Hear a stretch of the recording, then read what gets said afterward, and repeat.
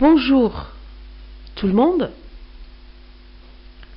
Alors l'objectif de cette séance est de présenter les caractéristiques de l'environnement. En fait, il y en a plusieurs, mais nous, on va se contenter par présenter 3 caractéristiques. La première, c'est l'incertitude.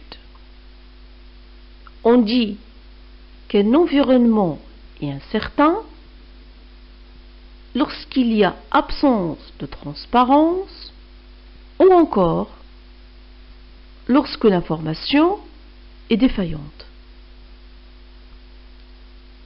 Alors ceci rend impossible la prévision des différents événements possibles ou encore l'impact d'une décision sur l'entreprise. Alors là, contrairement à ce que vous avez vu dans votre cours de microéconomie, où vous avez donc parlé de transparence. Alors vous avez parlé de transparence parfaite, pourquoi? Parce que tout simplement, vous avez fait donc l'hypothèse d'une information parfaite. Lorsque l'information donc elle est parfaite, eh bien c'est possible pour l'agent économique de prendre la meilleure décision possible, de faire le meilleur choix et également d'avoir une évaluation exacte des conséquences de ces décisions. Alors là, dans le cadre de notre cours, on est dans une optique tout à fait donc différente. Pourquoi? Parce que tout simplement, le manager ne dispose que d'une information imparfaite. Par conséquent, il est donc à la recherche des informations. Pourquoi? Pour éviter, si vous voulez, les erreurs fatales. Donc, lorsqu'on parle d'incertitude, on peut dire qu'elle est envisagée comme une imprévisibilité. Voilà. Pourquoi? Parce que tout simplement, le dirigeant doit prendre des décisions. Mais les conséquences de ces décisions, elles sont vraiment incertaines. Pourquoi? Parce que tout simplement, les apparitions des événements au sein de l'environnement sont souvent imprévisibles. Alors, à travers la revue de littérature, 3 sources d'incertitude ont été identifiées. La première, c'est le manque d'informations nécessaires à la prise de décision. Donc, une pénurie d'informations rend vraiment la prise de décision de plus en plus difficile. Avec la deuxième source, on est dans l'autre extrémité. Pourquoi? Parce que donc là, il s'agit ici beaucoup plus d'une surcharge d'informations. Et là, il y a un problème. Problème lié à la sélection des informations pertinentes. La troisième, c'est l'ambiguïté des informations. Alors l'ambiguïté, ça veut dire quoi? Ça veut dire la formule suivante. Vous avez une information plus plusieurs donc interprétations. Donc la même information, elle ouvre la voie sur plusieurs donc interprétations. Et c'est pas évident dans ce cas de visualiser la plus convenable ou la plus adéquate à une situation donnée.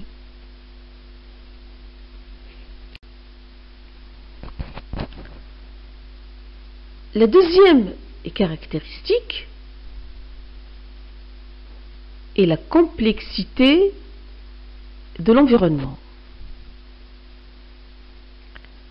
Alors, de façon générale, la complexité se définit par la variété des éléments composant donc un système et par les interactions entre ces derniers. Elle tient au fait que dans un système organisé, on observe toujours une part d'incertitude. Cette incertitude, elle est liée soit aux limites de notre connaissance, soit aux caractéristiques du phénomène observé.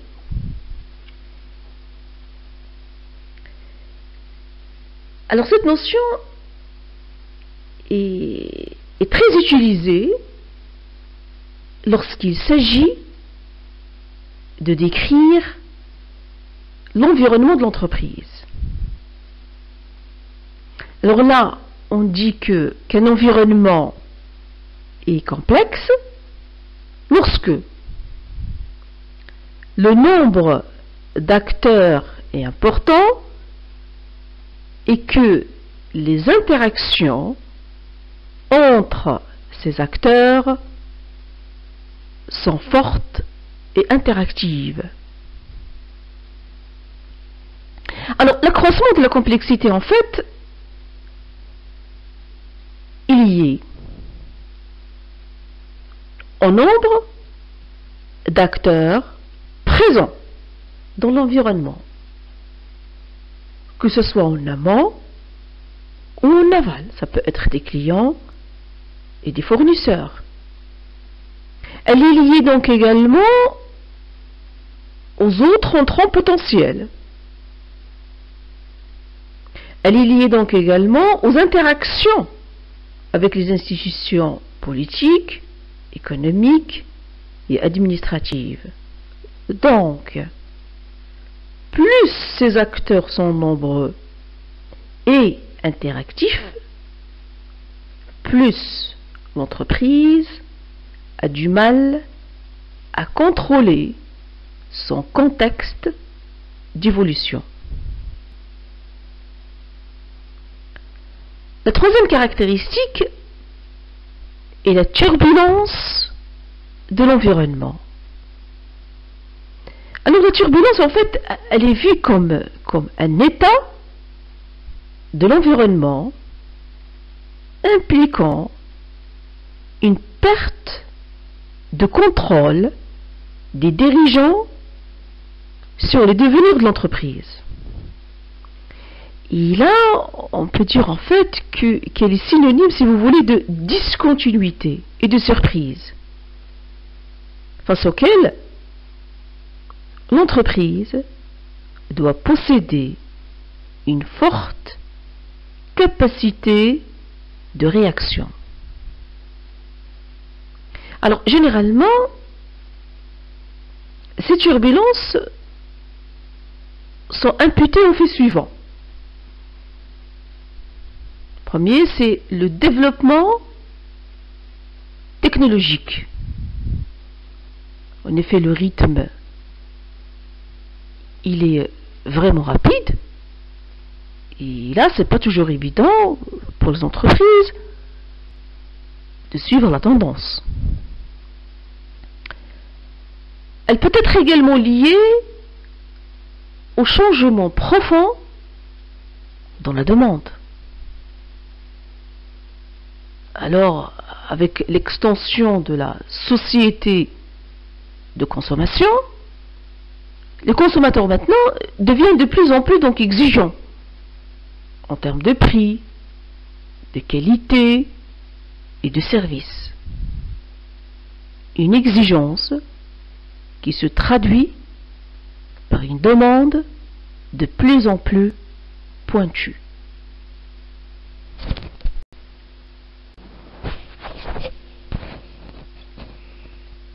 Alors pour vous rapprocher des concepts que que nous avons abordées jusqu'à présent,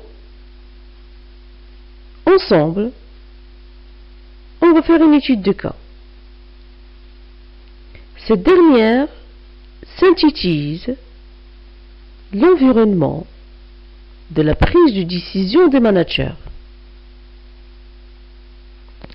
Mais avant de se lancer dans l'étude de cas, je vais commencer par expliquer deux concepts. Le premier, c'est le benchmarking. Qui dit benchmarking, eh bien, c'est tout simplement le processus par lequel une organisation se compare à d'autres organisations et au terme duquel elle tire des leçons.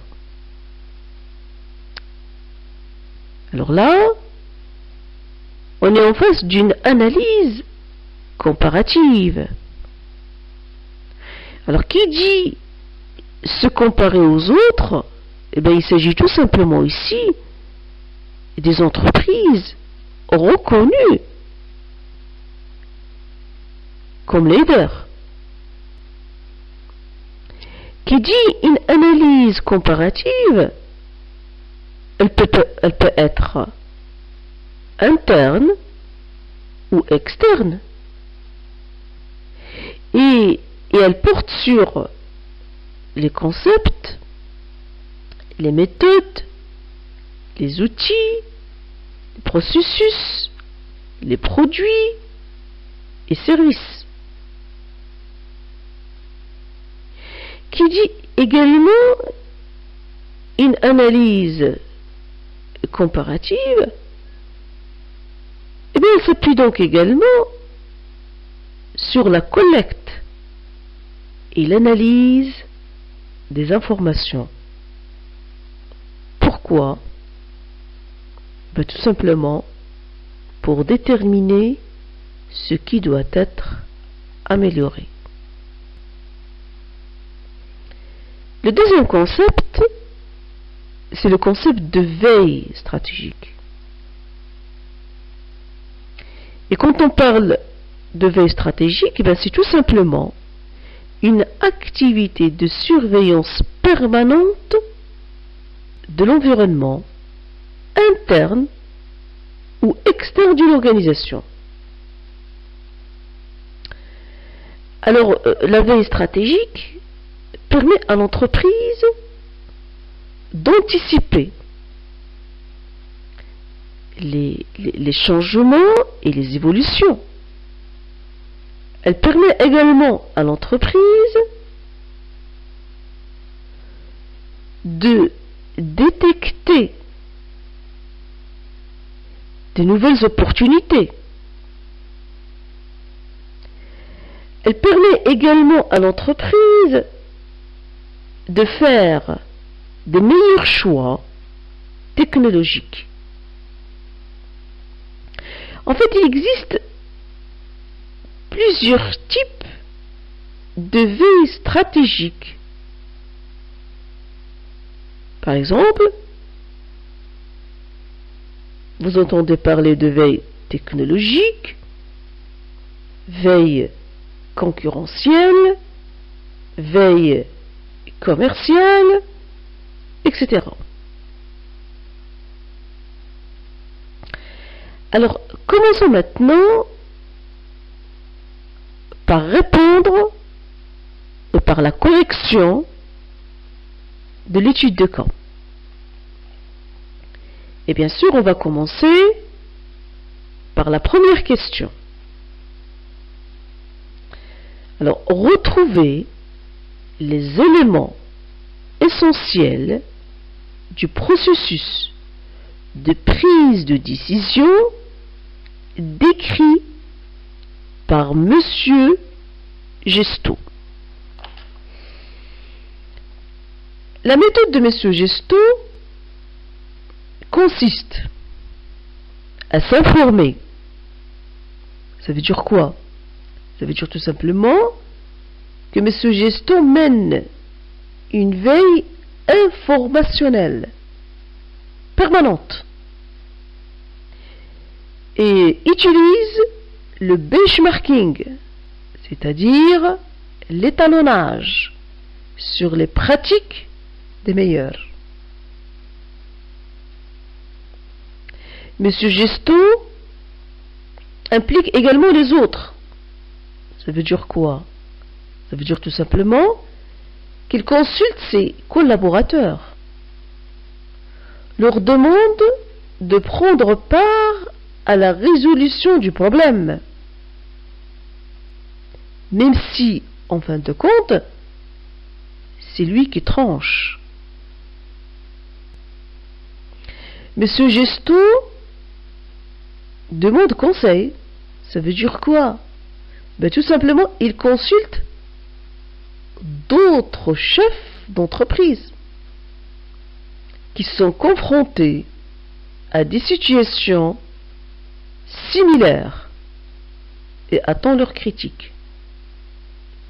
C'est vrai, monsieur Gesto, il s'informe, il implique les autres, il demande conseil, mais il ne perd jamais ses propres repères qui lui permettent en fait d'inscrire ses décisions dans la durée et donc en cohérence avec sa stratégie. Voilà la réponse à la première question. Concernons maintenant la deuxième question. Ce dirigeant écarte-t-il l'intuition?